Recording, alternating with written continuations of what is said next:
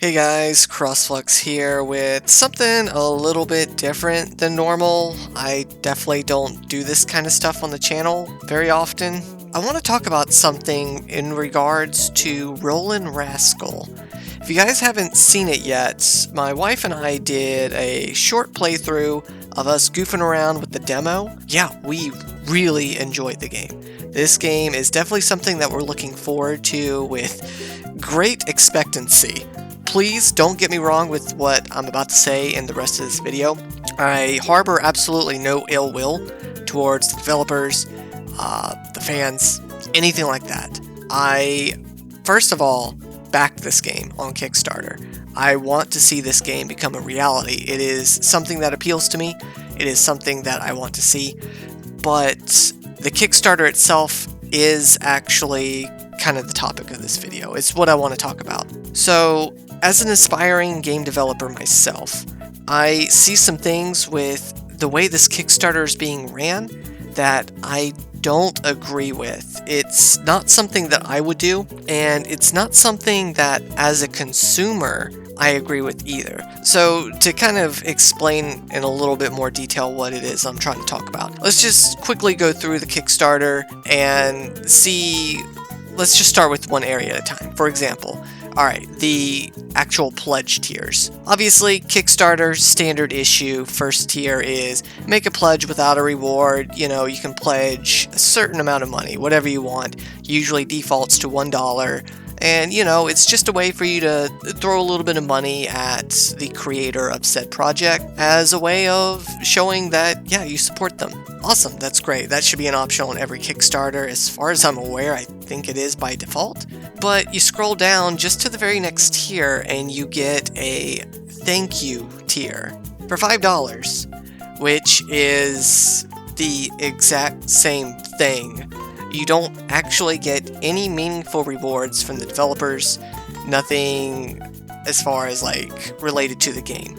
Obviously for $5 you shouldn't, like that's way too low of a tier to expect any sort of meaningful reward. But the problem I have with it is just there's already that tier for people to pay whatever they want to support the game. And the only thing this thank you tier does is it kind of, I don't know, it tilts people in a certain direction to be all like, alright, let me tip $5.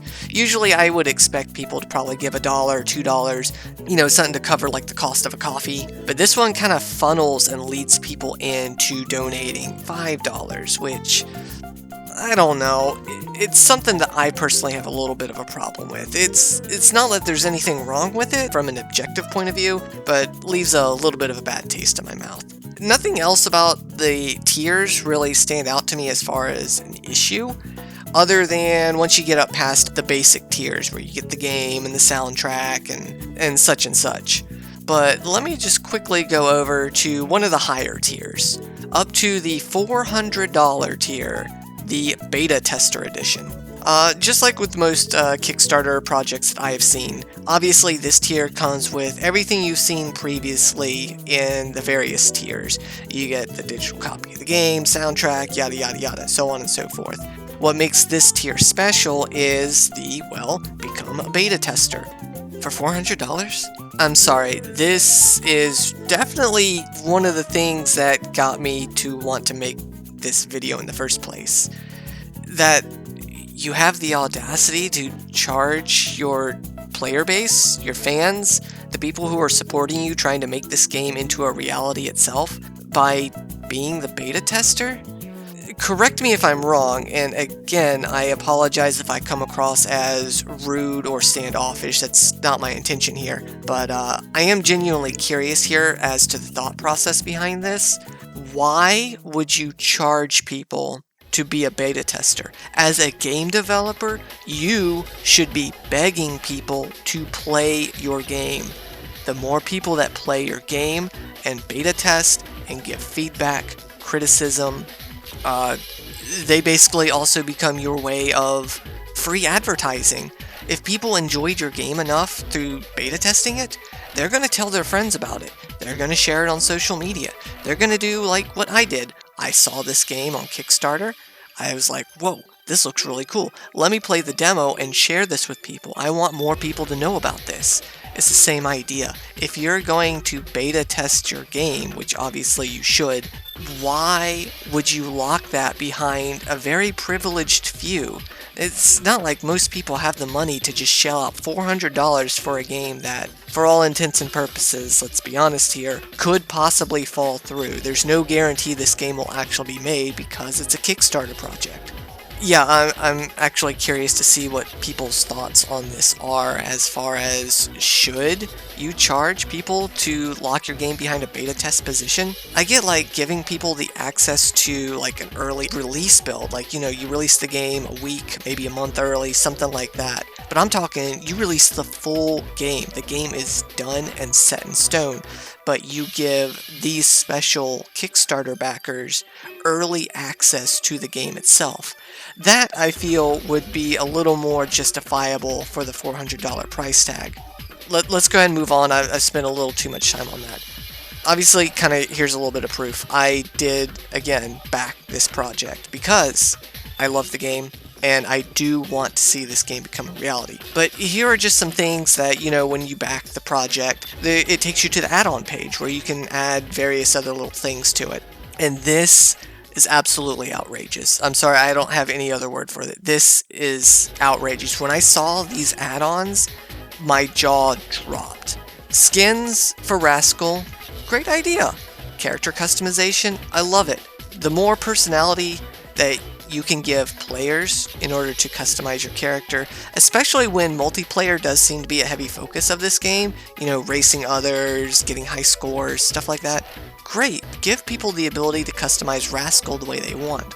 But these skins, you're going to make not only some of these skins supposedly Kickstarter exclusive, which if certain trends are to be followed, these aren't going to be Kickstarter for long. I imagine a lot of these skins that you see here will probably be eventually released as DLC that you can buy through Steam or GOG or however they decide to release this game digitally.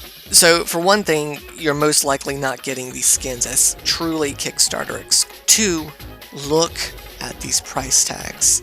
$10 for a skin. And I use that term loosely. These, what you see here, the silver, the emerald, the slime, the rainbow, these are not skins. These are color swaps. The silhouette is Rascal. Everything about it is Rascal. The only difference is the color. That's a simple texture swap. This is outrageous. And look, some of these are not $10. Some of these are $40. Are you out of your mind? Gacha games have outrageous price points for costumes. Genshin Impact's costumes cost like $33. That's cheaper than this. You're gonna charge $40 for a color swap?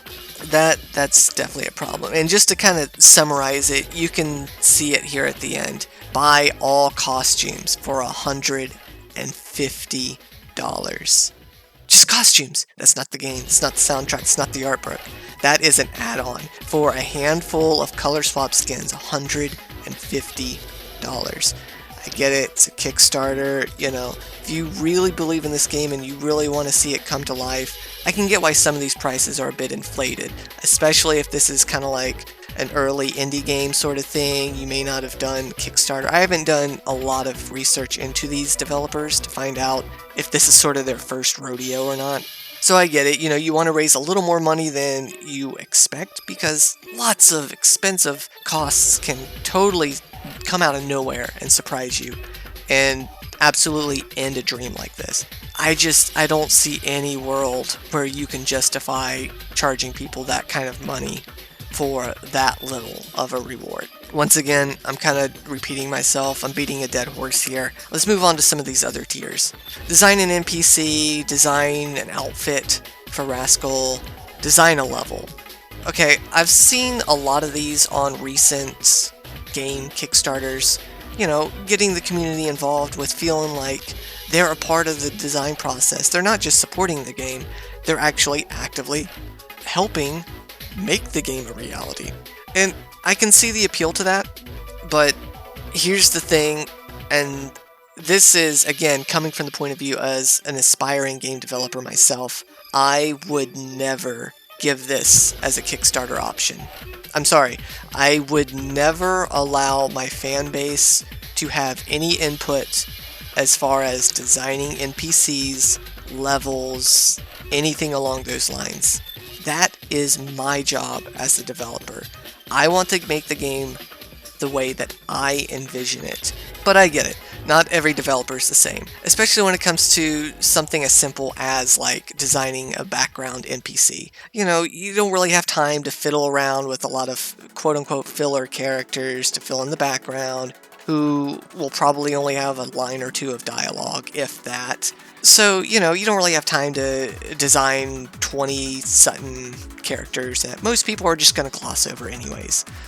So, I kind of get it. But then, again, that price tag, you're going to charge people that much to design an NPC?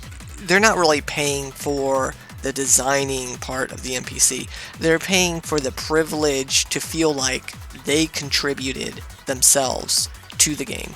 And I get that that's where the price point comes from, but you got to think about it from the other point of view. If someone is literally designing an NPC for you, they are doing part of your job for you. Normally it's the other way around, right? Someone does work, they get paid for it. But here, they are paying to do work for you. Now, that's just kind of what it sounds like on paper. I am willing to bet that when it comes to these sorts of tiers here, designing NPCs, levels, outfits, whatever, obviously the designers, the developers here, are going to maintain their creativity, that sort of thing. They're not going to just approve anything. There's most likely going to be stipulations that they'll put in place that say, you can't do such and such, you can't do this. And obviously they'll have the final say as far as developing it. But then that's the other thing, right? Like, from the consumer point of view, if I'm paying just over $2,000 to help design a level, and I don't get the final say in that, I'm sorry, that's a lot of money. I would feel ripped off or gypped. If I had $2,000 to spare, and I wanted to participate in some person's game and help design a level, then I want to design that level. It's a two-way street, right? You got to have give and take on both sides. And then there's one last thing that I wanted to talk about. Stretch goals. The Kickstarter asked for a pretty humble price point, $50,000 to develop a game of this kind of magnitude. That's a pretty small amount of money, all things considered, especially since they have a small team. So stretch goals are obviously things that they need to do to incentivize getting more money. One stretch goal in particular I have a problem with. The $200,000 mark, which at the time of this recording has not been reached, and I doubt it will at this point. Play as QT.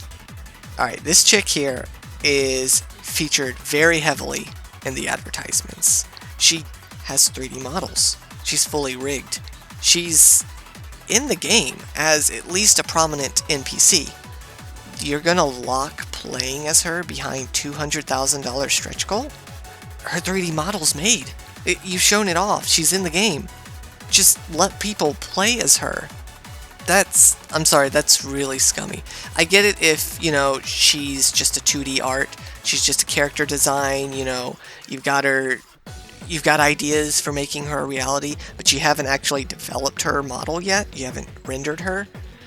Yeah, okay, you know, if you want to actually see her rendered, see her be playable, see her be more prominent in the game, okay, yeah, make her a stretch goal. But the work has already been done. You've shown her off. So we're not paying for you to make her. We're paying for you to unlock her in the game, essentially. And because of this, I can 100% guarantee you that if this stretch goal is not reached, they will release her as payable DLC.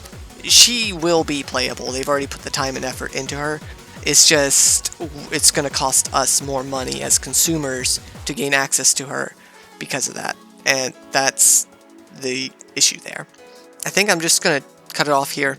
Sorry for the abrupt ending, but there's really nothing else more for me to say, and I feel like I'm just kind of running on and on and on. So please let me know in the comments below. What do you guys think about this? Am I being completely off the wall here? Am I blowing things way too out of proportion? It's entirely possible I am.